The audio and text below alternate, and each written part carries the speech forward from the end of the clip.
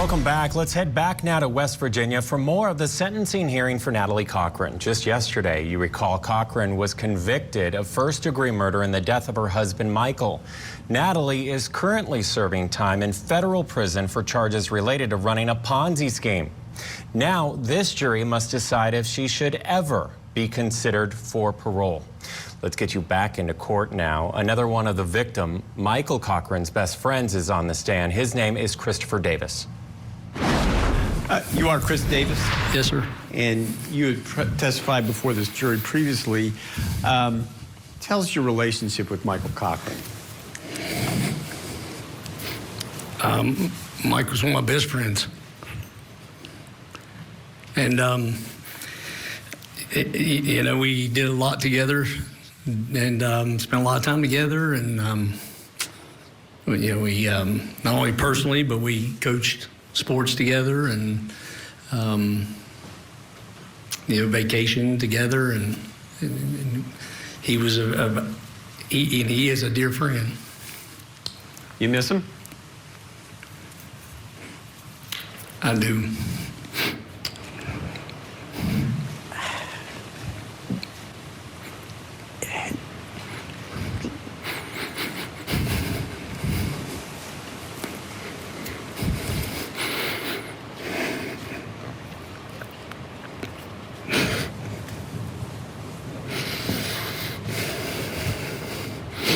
Mike was he was a very strong man. He's a good man.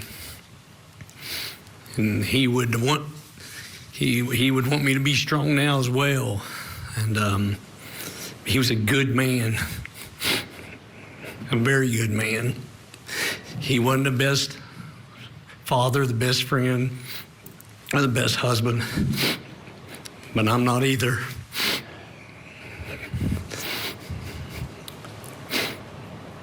But he's not what you heard he was. He loved his family. He took care of his family. He loved his friends. He loved his community. Spent a lot of time in the community. He loved life.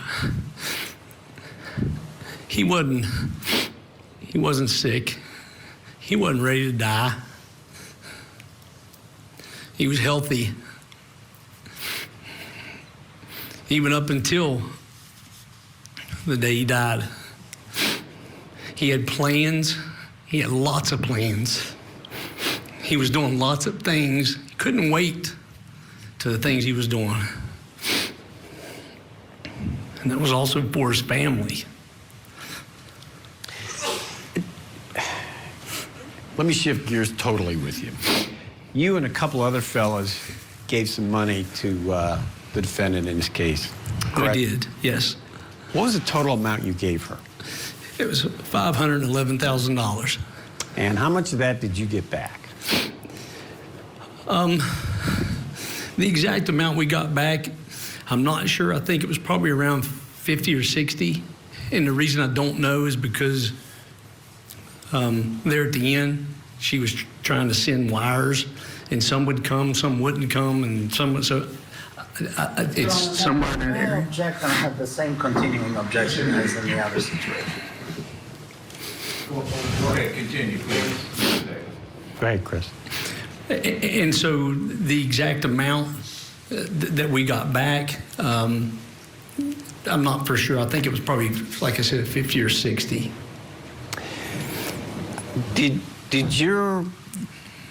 the three investors, did you give any money to the defendant after Mike died?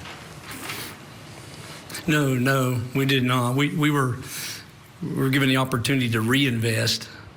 I mean, so we didn't give any additional money, but the idea to reinvest, I guess you could say we gave her that because we said, whatever, sure. I mean, it doesn't matter. During that time, there was so much stuff coming back and forth. We were trying to figure this out and trying to figure what was one. And so, but there were reinvestment opportunities offered. And who offered you the reinvestment opportunities? Natalie. And that was after Mike died? Yes.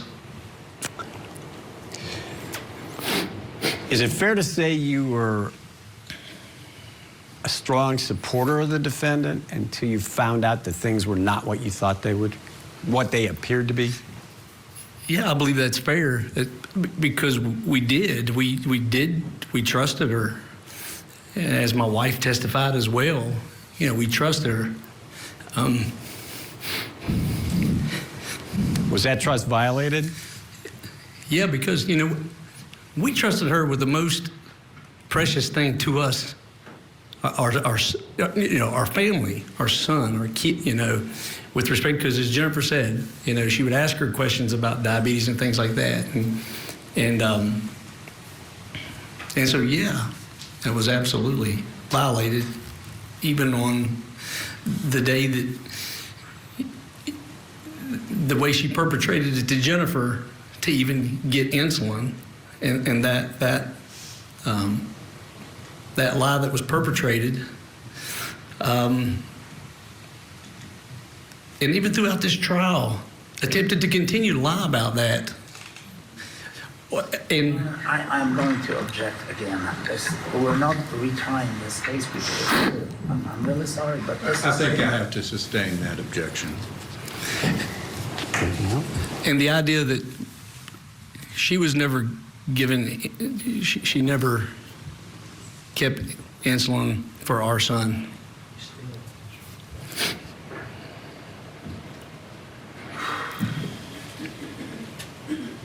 Do you have an opinion as to whether or not this jury should grant mercy to this defendant?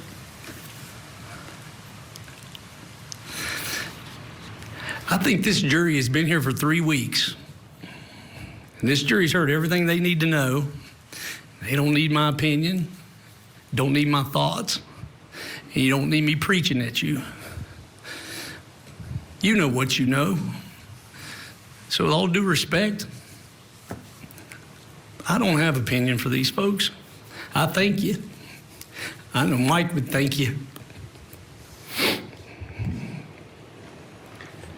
That's all the questions the state has. Thank you. All right, cross-examination, Mr. Victor. Mr. Davis, I only have a couple of questions. When was the first time that you and your family met Natalie Cochran and Michael Cochran? Just give me a year, if you... I'm going to say 2011 or 2010. Okay. So would you agree with me, sir, that throughout these years, you and your family and Natalie Cochran and her family became friends? You were neighbors and you were friends. Absolutely. And you did a lot of things together, right? Absolutely. That included Natalie Cochran, right? Absolutely. And well, dinners, maybe some holidays, almost daily. You were in some contact with Natalie and Mike, right? Yes. Maybe not daily, but... I mean, to get to your question that you're getting at, we knew these folks very well. Okay. Yes, and we're daily contact, whether it was me contacting Mike daily or my wife contacting Natalie daily. Yes, there was friend interaction. Now, would you agree with me, sir, that throughout those years, you had an opportunity to observe Natalie Cochran's good deeds? She was active in the community. She was involved in sports teams, supplying money for it. She was in Bible school. She was a pharmacist, helping people, giving lectures, et cetera, et cetera. Did you have that opportunity before you started realizing that something was awry? Well, to answer your question directly, you started it out, I would agree with you. I don't agree with you. Okay, all right. So now let me further state, I witnessed a lot of deeds, good, bad. The reason that I can't say I agree with you because I can't sit here and say that I believe any of those deeds were done in good, bad, or irrelevant fashion because the truth of the matter is, was it a lie then as it is a lie now? Or was some of it true? All right. Or was some of it false? So we don't agree. Okay. Mr. Davis, let me ask you this. Did you ever see Natalie being involved in any volunteer work? We were all involved in volunteer work. No, please answer my question. Have you ever seen her involved in any volunteer work? We were all involved in volunteer work. Your Honor, this is. All right, please answer the question pertaining to Natalie, if you would, Mr. Davis. Volunteer work requires you to do that because you're doing it for the benefit of others, and therefore it's hard for me to answer, was it volunteer or not? That's a very subjective question, and although I don't answer it the way you want me to, I can tell you subjectively, was it volunteer? I don't know. But I do know there was activity. I don't know if it was volunteer or not. Your Honor, I move to strike that answer as non-responsive. Did Natalie ever help people with her pharmaceutical skills? Absolutely. Okay. Did she ever? Well, maybe you don't agree with me on this, but prior to the events of the federal case, she led a crime-free life, didn't she? I have no idea if she was committing crimes throughout her life. Okay. But you have no way of knowing whether she was convicted of any crimes prior to the federal conviction? I'm unaware if she was ever convicted of any crimes. Okay. Now, you were also friends, I presume you knew her children, right? Absolutely. All right. Especially your son. And her parents, Approaching the top of the hour now. Coming up, more testimony from the victim's friend in the sentencing hearing for convicted killer Natalie Cochran. This is Court TV Live, your front row seat to justice.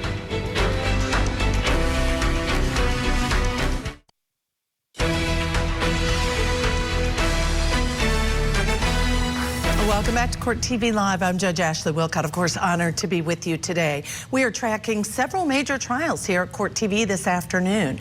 In Florida, day 2 of the deadly son murder trial is underway for Colin Griffith. The 17-year-old is accused of fatally stabbing his mom just months after shooting his father in self-defense.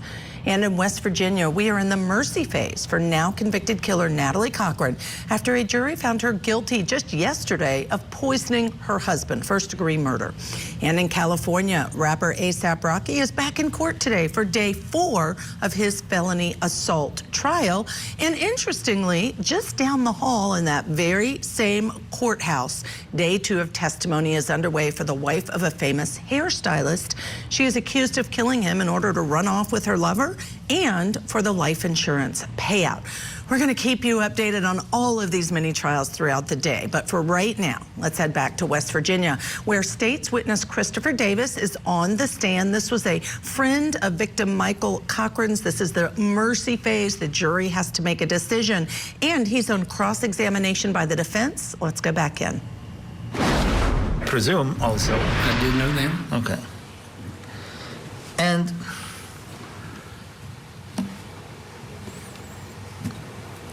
yet you testified against her in federal court.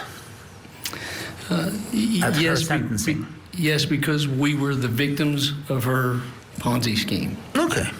And therefore, they requested a victim statement. All right.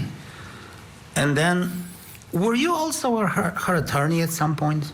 I had represented the family on several different occasions. But after Michael died, you were also with Natalie to obtain some loans as her lawyer, right? I was not.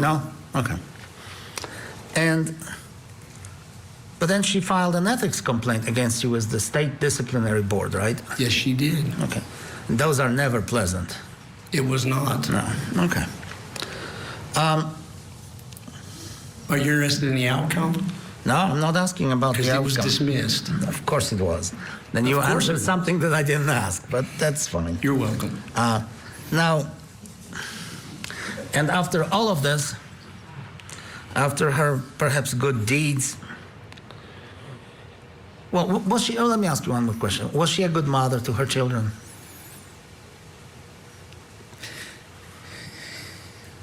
If I believe then what I believed? No, from your observations. I mean, if you're asking me as I sit here today in this chair, do I believe she's a good mother to her children?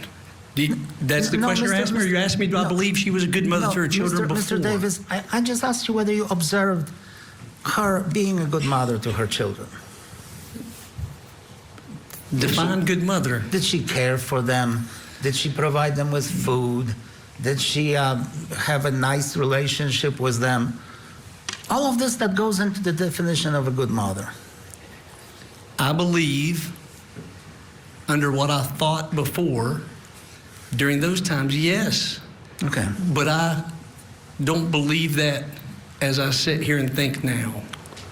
Because she was conniving financially, she somehow was feeding these children falsely? Or what are you testifying to? Because she was doing something that was financially horrible, you're saying you're not sure that she was a good mother to these children from your observation?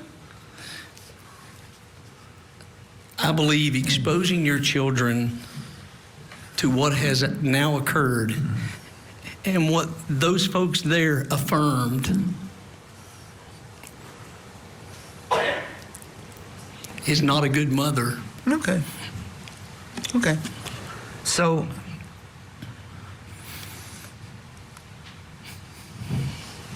well, I guess from your response to the prosecutor's question, I take it that you're not condemning her to life in prison and to never have a chance to become a person that you knew before the financial scheme, right? I would not invade the jury's providence to make that decision. Okay. I wouldn't do it before, and I won't do it now. Okay. They don't need me to give them that decision. Well, thank you for your sincere answer. Thank you. Redirect. You were asked if the defendant performed philanthropic acts. Did you ever see Michael do that? Absolutely. Tell us about that. Your Honor, I'm going to object to this line of questioning. Michael's character is not at issue here. It's the defendant's character. Fair point. I withdraw that. All right. I'll